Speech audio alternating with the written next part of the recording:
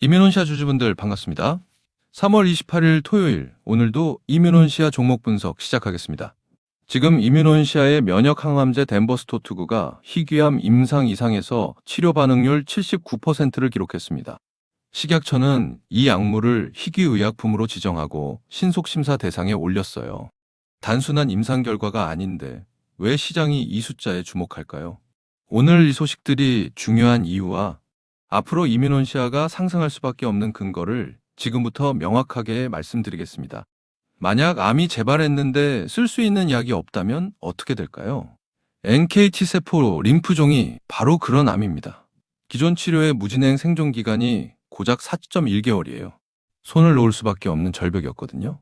그런데 이 절벽 위에 다리를 놓은 약물이 나타난 겁니다. 그 다리의 설계도를 확인해 보겠습니다. 오늘은 여러분과 세 가지 키워드를 같이 확인해 볼 거예요.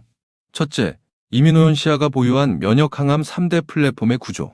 둘째, 79% 반응률이라는 숫자가 갖는 진짜 무게. 셋째, 희귀의약품 지정과 기술 이전으로 이어지는 수익화 경로. 그렇다면 이 회사의 무기고에 어떤 무기가 들어있는지부터 열어보겠습니다. 여러분도 키트루다라는 이름은 들어보셨을 거예요. 전 세계에서 가장 많이 팔리는 면역항암제죠. 그런데 이 약의 특허가 곧 만료됩니다. 그 이후 시장은 누가 채울까요? PD, LLCD47, 이중항체 같은 차세대 무기를 가진 기업들이에요. 이 흐름 한가운데 서 있는 회사가 이민원시아이고 이 회사의 자산이 어떤 구조인지 살펴보겠습니다. 이민원시아의 핵심 자산이 뭔지 아세요? PDLE를 표적하는 덴버스토투그, CD47을 노리는 IMC002, 두 타깃을 동시에 겨냥하는 이중항체 IMC201까지 세 축입니다. 이 세 가지가 왜 중요할까요? 암세포를 여러 방향에서 동시에 공격할 수 있다는 뜻이거든요. 유한양행이 65% 지분을 가진 자회사인 점도 신뢰의 근거가 됩니다. 이 무기들 중 가장 앞서 나간 것이 첫 번째 투자 포인트, 79%의 성적표입니다. 이 임상 데이터가 얼마나 큰 얘기냐면요. 기존 치료의 무진행 생존 기간이 4.1개월이었습니다. 덴버스토투구는 29.4개월이에요. 7배가 넘는 수치거든요. 완전 관해율이 63%라는 건 뭘 의미할까요? 10명 중 6명 이상에서 암이 완전히 사라졌다는 뜻입니다.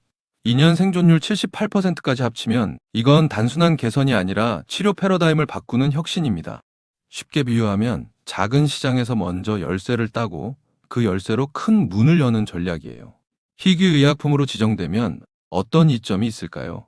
임상 3상 없이 상업화가 가능해집니다. 개발 기간과 비용이 줄어들죠. 이 승인 경험과 데이터가 고령암 확장의 발판이 되거든요. 작은 문을 열었지만 그 뒤에 연결된 공간은 거대한 시장입니다. 이 회사의 기술이 시장에서 얼마나 인정받았는지 숫자로 확인해 볼까요? CD47 항체 IMC001을 중국 3D 메디슨에 기술 이전한 금액이 5,400억 원 규모입니다. 이 숫자가 의미하는 건 뭘까요? 글로벌 제약사가 돈을 걸 만큼 플랫폼의 가치를 검증받았다는 뜻이에요. 경상기술료까지 별도로 붙습니다. 이미 증명된 기술 이전 경험이 다음 계약의 신뢰입니다. 여기서 한 가지 더 짚을 게 있는데요.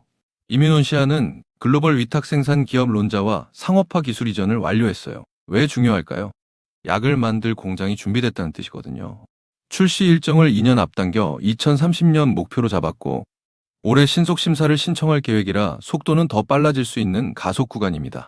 그렇다면 왜 수많은 바이오 기업 중에 이민원시아여야 할까요? 유한양행이 렉나자로 항암제 상업화에 성공한 경험을 물려받은 자회사이기 때문입니다. 5,400억 규모 기술 이전 실적까지 보유하고 있잖아요. 임상 데이터와 상업화 역량, 모 회사의 후원이 삼각편대를 이루거든요. 하지만 여러분, 좋은 이야기만으로 투자 판단을 내릴 수는 없겠죠. 빛나는 갑옷 안에도 약한 틈새는 있습니다. 물론 좋은 면만 있는 건 아니에요. 상장 1년도 안 돼 1,200억 원 규모 유상증자를 결정했습니다. 최대 주주 유한양행의 참여는 100억 원에 그쳐요. 이 유증이 실행되면 주주 지분은 얼마나 희석될까요? 유한양행 지분율만 10%포인트 넘게 떨어집니다. 금감원이 정정까지 요구한 상황이에요. 이 희석 부담 뒤에 또 하나의 벽이 있습니다. 면역 항암제 시장에는 MSD, 로슈, 아스트라제네카 같은 거인들이 자리 잡고 있어요. 그렇다면 이 리스크 때문에 당장 팔아야 할까요? 절대 아닙니다. 이민원시아가 노리는 건 거인들이 비워둔 희귀암 틈새 시장이에요. 표준 치료가 없는 영역에서 먼저 깃발을 꽂고 확장하는 전략이거든요. 리스크는 존재하지만 방향은 명확한 국면입니다.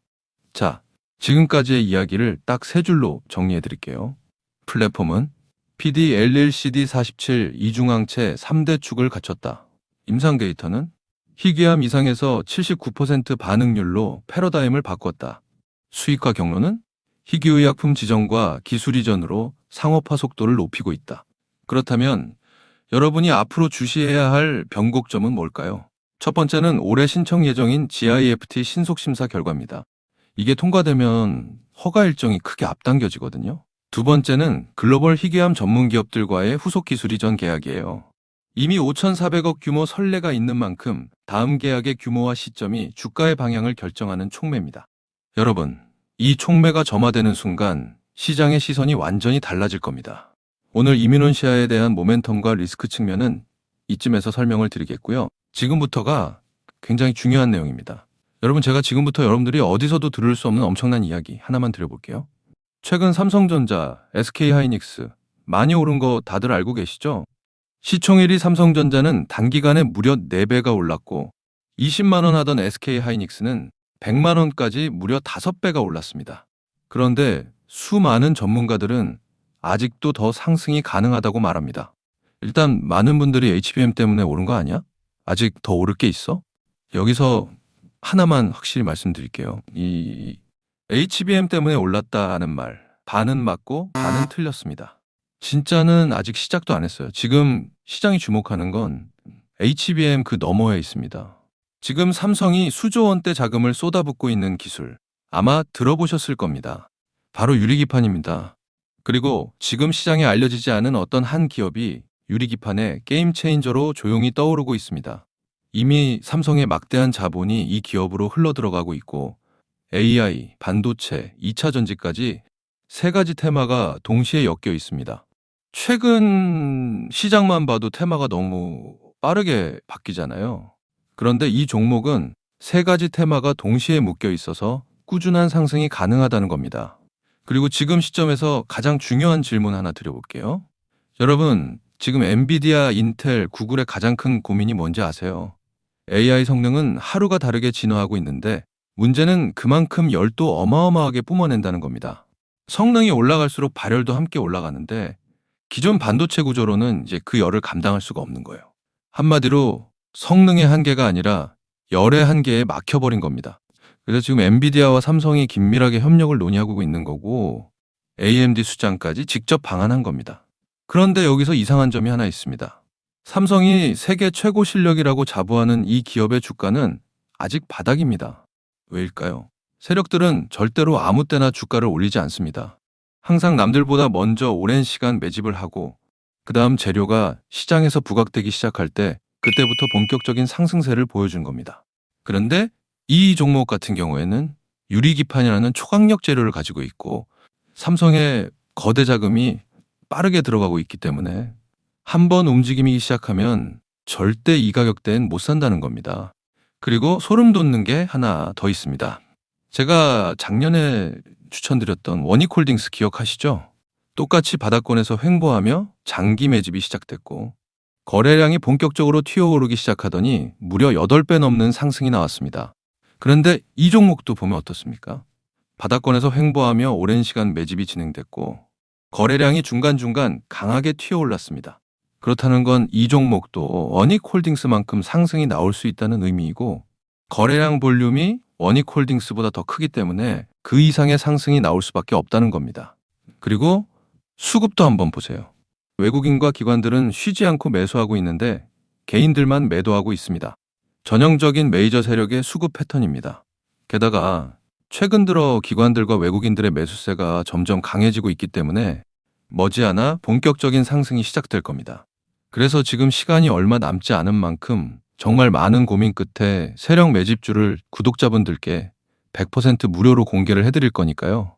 대신 여러분들은 구독과 좋아요는 꼭 눌러주시고 지금 화면에 제 개인 번호 잠시 보이시죠? 여기 있는 번호로 매집이라고 2글자 남겨주시면 제가 직접 보내드리겠습니다. 지금까지 제가 추천드린 종목들 다들 기억하시죠? 원익홀딩스 8배. 이 수익을 가져가신 분들의 공통점이 딱 하나 있습니다. 먼저 알았다는 겁니다. 오늘 소개드리는 이 종목도 마찬가지예요. 차트는 이미 신호를 보내고 있고 외국인과 기관은 조용히 담고 있습니다. 이 기회를 놓치는 순간 지금 이 가격은 다시 오지 않습니다. 종목명과 목표가 그리고 매수 전략까지 정리된 자료를 저희 구독자분들께 바로 보내드릴 거니까요. 마지막으로 구독과 좋아요 이 두 가지만 눌러주시고 상단에 제 개인 번호로 매집이라고 두 글자 남겨주시면 제가 직접 보내드리도록 하겠습니다. 투자에서 수익의 차이는 결국 기회를 알아봤을 때 시도했느냐, 그냥 지나쳤느냐에서 갈립니다. 그러니까 저희 구독자분들은 이 기회 절대 놓치지 마시길 바라겠고요. 오늘 영상은 이쯤에서 마무리하고 저는 다음에 더 좋은 분석으로 다시 찾아뵙겠습니다. 감사합니다.